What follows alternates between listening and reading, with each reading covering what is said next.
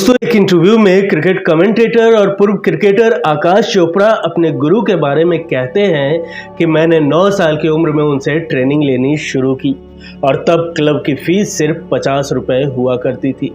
और अब समझ लो, वो उन खिलाड़ियों से फीस तक नहीं लेते थे जो आर्थिक रूप से कमजोर हुआ करते थे। वो उन्हें मुफ्त में ही सिखाते थे। वहीं इसी शख्सियत के लिए क्रिकेट कमेंटेटर और पूर्व महिला क्रिकेट कप्तान अंजुम चोपड़ा कहती हैं कि दिसंबर 2001 में जब वो महिला क्रिकेट टीम के कोच थे, मैं कप्तान बनी थी और हमारी टीम ने पहली बार इंग्लैंड को 5-0 से वनडे में हराया था। दोस्तों, इन किस्सों के जरिए जिस शख्सियत को याद किया जा रहा है, उन्होंने भारतीय क्रिकेट जगत को करीब 12 अंतर्राष्ट्रीय खिलाड़ी सौंपे, जिनमें से ऋषभ पंत, शिखर धवन, आशीष नेहरा जैसे खिलाड़ी शामिल हैं। ये विकेटकीपर बल्लेबाज जब अपने समय में खुद टीम में जगह नहीं बना पाए, तो फिर इन्होंने क्रिकेट के धुरंधर बनाने की सोची और इसके बाद इन्होंने ऋषभ पंत, शिखर धवन, आकाश चोपड़ा, अंजुम चोपड़ा, आशीष नेहरा, अतुल वासन, संजीव शर्मा, केपी भास्कर, अजय शर्मा, मनोज प्रभाकर, रमन लांबा, सुरेंद्र खन्ना और रणधीर सिंह जैसे कई धाकड़ खिलाड़ी को तराशा। आईपीएल में आयुष बडोनी और मयंक यादव के नाम का सिक्का भी इन्हीं के सीख की वजह से चल रहा है। और वो महान गुरु थे तारक सिन्हा, जिन्हें सम्मान से पूरी दुनिया उस्ताद जी के नाम से जानती है। नमस्कार, आप देख रहे हैं क्रिकेट की। और दोस्तों, आज हम उस्ताद जी के उन अनसुने किस्सों की चर्चा कर रहे हैं जिसे शायद ही आपने सुना होगा। तो चलिए शुरू करते हैं आज के किस्सों का सफर। एक वक्त पे तारक सिन्हा दिल्ली के कमला नगर के सरकारी स्कूल बिरला स्कूल के विकेटकीपर बल्लेबाज थे। वो सीके नायडू ट्रॉफी के लिए दिल्ली की जूनियर टीम में जगह पाने की उम्मीद लगाए बैठे थे, लेकिन उनका चयन नहीं हुआ। इससे आहत होकर उन्होंने आगे चलकर एक क्रिकेट एकेडमी खोलने का मन बना लिया, जहां सरकारी स्कूल के युवा खिलाड़ियों की अच्छे स्तर पर ट्रेनिंग दी जानी थी। साल 1969 में उन्होंने सोनेट क्लब का गठन किया, जिसकी शुरुआत सरकारी बिरला स्कूल में ही हुई। बाद में तारक सिन्हा दिल्ली विश्वविद्यालय के पीजीडीएवी कॉलेज में क्लर्क की नौकरी करने लगे और वहां से मिलने वाले वेतन को अपने क्लब को निखारने में लगाने लगे। जब यह क्लब 20 बच्चों के साथ शुरू हुआ तो किसी को भी अंदाजा नहीं था कि यह क्लब आगे जाकर दिल्ली के प्रतिष्ठित नेशनल इंस्टीट्यूट ऑफ स्पोर्ट्स से मुकाबला करेगा और दिल्ली के प्रमुख मुकाबले जीतेगा। डीडीसीए यानी दिल्ली एवं जिला क्रिकेट संघ ने 1971 में जाकर इस क्लब को मान्यता दी। यही नहीं, इस क्रिकेट क्लब को कम पैसों सुविधाओं के कारण कई बार जगह बदलनी पड़ी। सबसे पहले ये बिरला स्कूल में था, फिर अजमल खान पार्क इसका नया ठिकाना बना। उसके बाद डीसीएम ग्राउंड, फिर डीयू का राजधानी कॉलेज और मौजूदा समय में ये वेंकटेश्वर कॉलेज ग्राउंड में स्थित है। एक इंटरव्यू में अतुल वासन बताते हैं कि वो 14 साल की उम्र में सोनेट क्लब गए थे और वहां तारक सिन्हा से उन्होंने कड़ी मेहनत करने और बुरे वक्त में भी हौसला रखने की कला सीखी। वो याद करते हैं कि सोनेट क्लब में कोई अमीर गरीब नहीं होता था, सबको एक स्तर पर रखा जाता था। सभी बच्चों को विकेट लगाने से लेकर पिच पर खुद रोलर चलाना सिखाया जाता था। उसके बाद ही उनकी कोचिंग शुरू होती थी। अतुल वासन बताते हैं कि जब उनका प्रदर्शन अच्छा नहीं चल रहा था, उस वक्त उन्होंने क्रिकेट ही छोड़ने का मन बना लिया था। जब उस्ताद जी को पता चला तो वो सीधे अतुल वासन के घर चले गए। वहां जाकर उन्हें और उनके पिता को खूब समझाया। अतुल वासन कहते हैं कि कौन कोच इतना ध्यान देता है। वो तब अपने खिलाड़ियों का हाथ थामते थे जब वो अच्छा प्रदर्शन नहीं कर पाते थे। उनकी वजह से ही आप मुझे इंडियन टीम में खेलते देख पाए, क्योंकि उन्होंने मुझे थामे रखा। वहीं आकाश चोपड़ा ने बताया कि 9 साल की उम्र में उन्होंने क्लब में खेलना शुरू किया।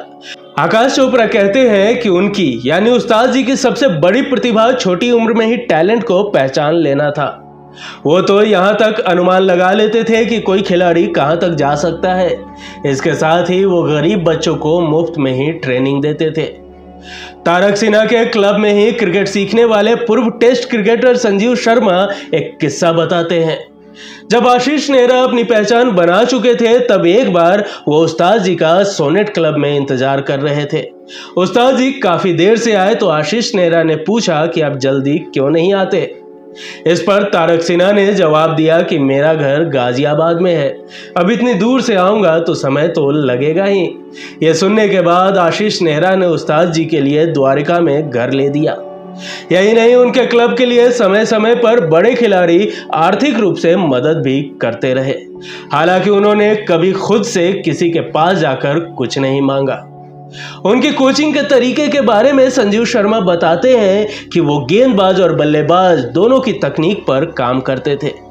गर्मी के समय में वो स्पिनर्स को और सर्दी के समय में तेज गेंदबाजों को कड़ी ट्रेनिंग दिया करते थे। एक इंटरव्यू में भारतीय महिला क्रिकेट टीम की कप्तान रही अंजुम चोपड़ा बताती हैं कि दिसंबर 2001 में जब उनका चयन कप्तान के तौर पर हुआ तो उस समय तारक सिन्हा ही कोच थे। उनके समय में ही 2002 में महिला क्रिकेट टीम ने पहली बार विदेशी टीम को घरेलू वनडे मुकाबलों में 5-0 से हराया था। तब इंग्लैंड की टीम वनडे सीरीज के लिए भारत आई थी। वो बताती है कि भारतीय महिला क्रिकेट टीम ने किसी विदेशी जमीन पर जाकर जो पहली टेस्ट सीरीज जीती वो भी उन्हीं की कोचिंग के समय दक्षिण अफ्रीका के खिलाफ खेली गई सीरीज थी। संजीव शर्मा बताते हैं कि राजस्थान क्रिकेट एसोसिएशन के जब वो एक मुख्य पदाधिकारी बने तब 2 साल तक राजस्थान टीम रणजी ट्रॉफी विजेता रही। अच्छे खिलाड़ी की परख करने का उनमें एक नेचुरल टैलेंट था। साथ ही वो कई विदेशी क्रिकेट कोच या खिलाड़ियों की किताबें भी पढ़ते रहते थे। पूर्व क्रिकेटर संजीव शर्मा के अनुसार रमन लांबा ने उनसे कहा कि आप आशीष नेहरा पर क्यों मेहनत कर रहे हो, इसमें वो बात नहीं लग रही। तब उस्ताद जी कहते हैं कि नहीं, यह खिलाड़ी काफी आगे तक जाएगा। वहीं अतुल वासन कहते हैं कि मैं 4 साल तक DDCA का सिलेक्टर रहा, लेकिन कभी भी उस्ताद जी ने मुझे कॉल करके किसी की सिफारिश नहीं लगाई। खेल पत्रकार इंद्रनील बसु बताते हैं कि तारक सिन्हा को 2018 में द्रोणाचार्य पुरस्कार से सम्मानित किया गया, लेकिन वो अपनी असल उपलब्धि खिलाड़ियों को क्रिकेट के बारीक गुर सिखाने और उन्हें आगे बढ़ाने में ही मानते थे। वो कहते हैं कि उन्हें पहचान और पुरस्कार की कोई भूख नहीं थी। इसका उदाहरण इस बात से मिलता है कि कई दिग्गज खिलाड़ियों ने द्रोणाचार्य पुरस्कार के लिए उनका नामांकन उनकी मर्जी के खिलाफ जाकर ही करवाया था। इतने खिलाड़ियों को बड़े बड़े मुकाम तक पहुंचाने के बाद भी उस्ताद जी अंत तक सादा जीवन ही जीते रहे। उन्होंने कभी परिवार नहीं बनाया, शादी नहीं की। क्रिकेट को ही अपनी जीवन संगिनी मानकर खिलाड़ियों की प्रतिभा में ही अपना परिवार तलाशते रहे।